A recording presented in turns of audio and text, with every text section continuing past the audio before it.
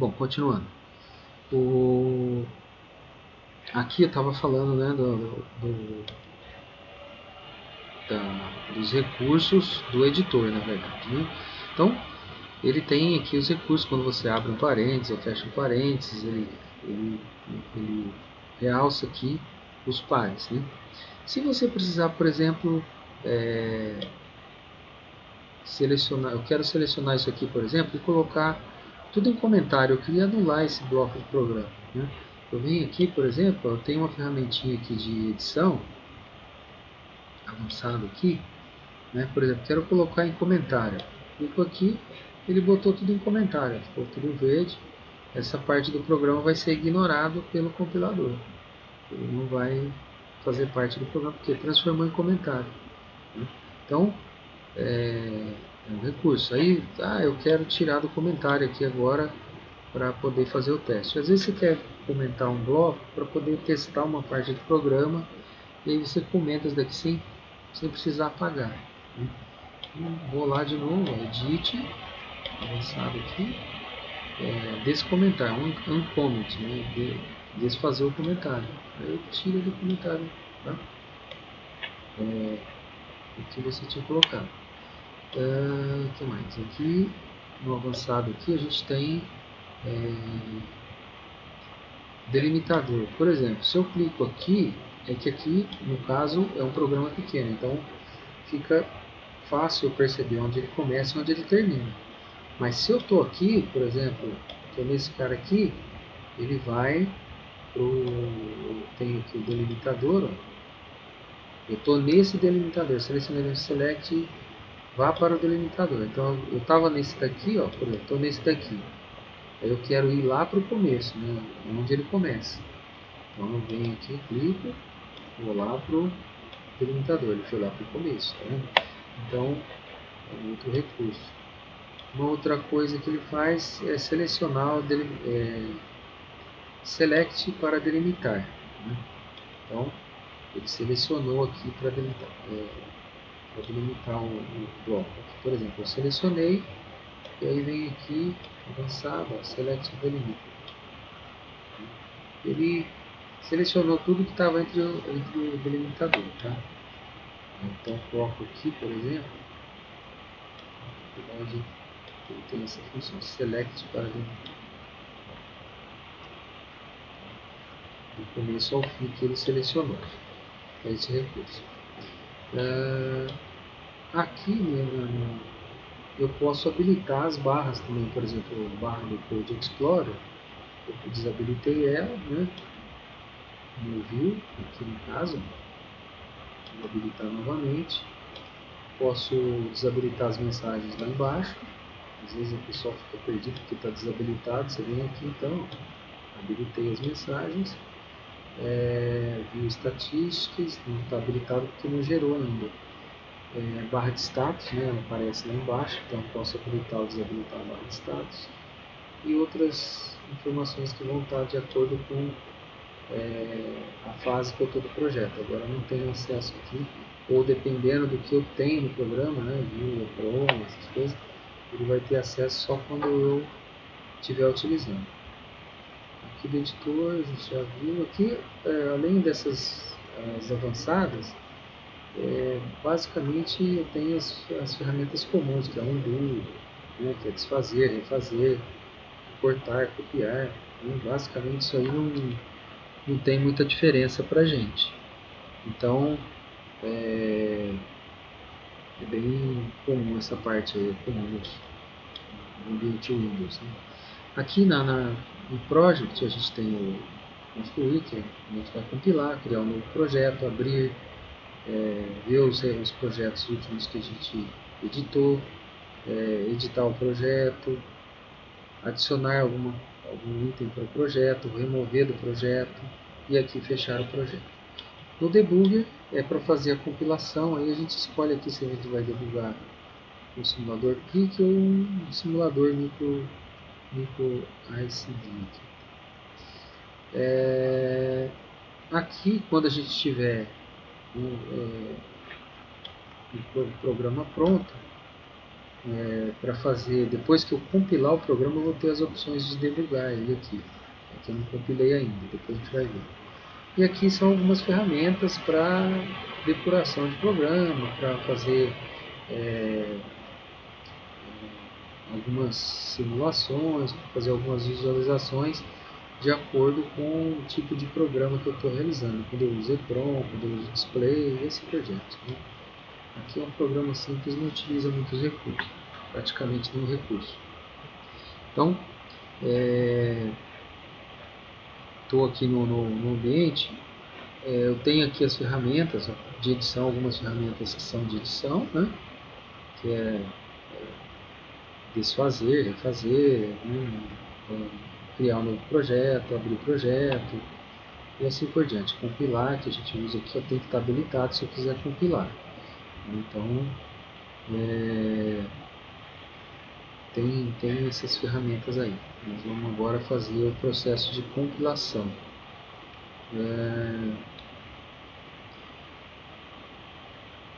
Bom, para compilar o projeto, basta utilizar aqui, depois que eu editei, né, o programa, ok, aí eu vou clicar aqui, ó, Build, tá? Chama Build a ferramenta. Aí, quando eu clico, ele vai fazer o processo de compilação e gerou. Como o programa está tudo ok, né, não tem nenhum erro, ele já até foi rapidamente lá, gerou até, ele mostra todas as etapas e gerou já até o arquivo HEX, né, o hexadecimal. Se eu provocar um erro aqui, ó, vou tirar um ponto e vírgula aqui do meu programa. Vou tirar um aqui de baixo também. Tirar esse ponto e vírgula aqui. Tá? Então, eliminei um ponto e vírgula, está faltando um ponto e vírgula no programa. Quando eu clico aqui para compilar, aí ele gerou aqui, ó, um erro. Aqui ele mostra até a linha do erro. Linha 11, coluna 0. Claro que não necessariamente a coluna é a 0 aqui. O erro, na verdade, está aqui no final. Né? Mas aí ele fala assim, ó, ele esperava um ponto e vírgula, né? Um ponto e vírgula esperado, mas uma chave encontrada. Na verdade, o erro aqui, ele indicou aqui como a chave. Ele encontrou a chave, mas ele esperava um ponto e vírgula. Na hora que ele foi traduzindo, ele esbarrou aqui com o ponto e vírgula. Tá? Então, com a chave. E aí ele estava esperando o ponto e vírgula, que era o final do comando DLNS. Então, aí eu posso fazer assim, né? Nem em todas as situações ele consegue identificar a linha, mas se eu clico duas vezes aqui, ó, vamos supor, eu estou aqui nessa linha. Se eu clicar duas vezes na linha do erro, ele vai lá para a linha do erro. Ele põe aqui em evidência a linha do erro. Ele não indica exatamente, mas aqui pela mensagem, ele, né, dá uma indicação aqui. É importante a gente observar aqui, ó, que tem mais duas mensagens, erro interno e erro interno. Muitas vezes um erro provoca várias mensagens aqui. Muito comum esse interno erro aqui.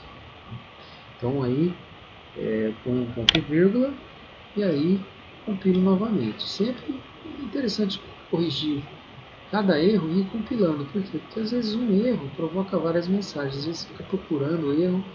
Às vezes até você clica lá no internal erro. É só eu clicar lá. Vou compilar aqui. Quando eu compilo aqui, ó, deu internal erro. Se eu clicar duas vezes, ele vai lá no final. Não tem nada a ver. Aí eu fico procurando o que será que é esse erro. Procuro e aí acabo ficando, né, sem referência. Então, vou corrigir esse erro aqui que está mais definido aqui, né? Que ele pôs uma mensagem mais clara. E erro interno é um erro genérico. Aí, né, às vezes ele não entende o que aconteceu, ele põe essa mensagem comum aí. Então eu preciso ficar procurando lá, tentando entender qual que é o erro. Quando ele já dá uma indicação mais definida, é mais fácil da gente identificar. Então, corrigido, né, o erro, feita a compilação, ele vai mostrar aqui embaixo as estatísticas. Né, ó, ele está usando 70 bytes de memória ROM, que é a memória de programa, ou seja, 6% da memória que ele tem disponível. E ele está usando, aliás, perdão, a memória, ele está usando, ele está usando 70 bytes, ele tem 1000 Ele tem aqui 1023 bytes, né, ó, de 90 mais 953 mais 70, 1023 bytes, 1024 bytes, vai de 0 a 1023, tem 1024 bytes de memória ROM. Ele está usando 6% e ainda tem 94% disponível. Da memória RAM, ele está usando 16 bytes e tem ainda livre 52. Quer dizer, o programa usou em média 16 bytes, né? E ele teria 52 disponíveis. Então, ele tem aqui 68 bytes de memória, usou 23%. Então, eu consigo ter uma ideia que às vezes quando eu faço algum tipo de programação, pode ser que ele acabe extrapolando a memória ROM ou a memória RAM. Aqui é quando o programa é muito grande, e aqui quando tem algum processo que usa uma quantidade muito grande de memória RAM, mesmo o programa sendo pequeno. Às vezes o programa tem algum processamento ali que acaba extrapolando a memória RAM. Então eu tenho que, eu teria que organizar o programa para não acontecer isso. Mas não é o caso aqui. Então, aqui o programa está ok. Se eu quiser ver os arquivos, né, os arquivos que eu tenho disponível, eu tenho que ir lá no gerenciador e localizar. Eu salvei no disco C, nos documentos aqui, eu criei uma pasta chamada pisca-leve. Está aqui, eu cliquei na hora e está aqui. Ó. Todos os arquivos que foram criados estão aqui. Olha só, eu criei o projeto e editei o arquivo que é esse aqui, ó, piscaled.c, está aqui. Vou puxar ele para cá, ó. É esse arquivo aqui que eu estou editando. É o piscaled.c. Só que eu não posso usar, se eu for abrir o programa, eu não posso abrir esse arquivo aqui. Quando eu for abrir o projeto, eu tenho que abrir esse cara aqui. Tá? Vou dar um exemplo aqui. Ó. Se eu fechar aqui, fechar o projeto. Tá? Agora eu vou abrir o projeto. Não, vou abrir o programa, perdão. Vou abrir o programa. Abrir o piscaled.c. Se eu clicar duas vezes, ele está lá com micro C. Pergunta se eu posso. Esse programa se eu posso abrir. Aí ele vai abrir o micro C. Carregar as bibliotecas aqui, no caso. E aí vai abrir o arquivo aqui. Tá? Abrir o arquivo. Só que olha só, aqui em cima não está habilitado para compilar. Tá? Por quê? Porque ele não tem as configurações que eu fiz lá naquela janelinha, definindo o clock, né? Até aqui, o Project Setup aqui, ó, tá vendo? Ele põe aqui no controlador porque ele fica com o padrão do anterior, mas não tem o clock aqui, ó, tá? Então, algumas configurações não tem acesso. E aí ele não consegue compilar, ele não tem as referências dos flags e tudo mais. Então, para abrir, né, vou fechar aqui de novo, olha a diferença. Ó. Vou abrir aqui com esse arquivo aqui. Ó. Assim.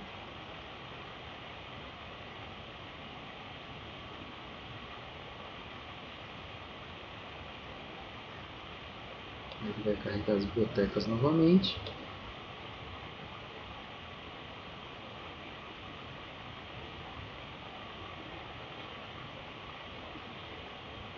Agora ele deve habilitar aqui, né? Porque eu abri o projeto, ele vai habilitar habilitou, tá? Aí eu posso compilar, se eu clicar aqui e compilar, eu tenho, né, de novo, tá? Então beleza, fiz isso aqui, né, aqui então onde eu salvei o meu projeto, e aqui eu tenho o arquivo que eu posso usar para gravação. Vou usar em programas que existem os gravadores, né?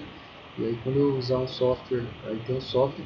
O micro C, essa versão do micro C não é uma versão que também permite gravação. Existe a versão Pro que permite a gravação. Né? Então eu teria que usar uma versão ou um outro programa que faz a gravação. Eu tenho que usar a versão, o arquivo .hex, que é esse arquivo aqui que aparece. Né? Salvo aqui, eu vou usar ele. Então é isso aí.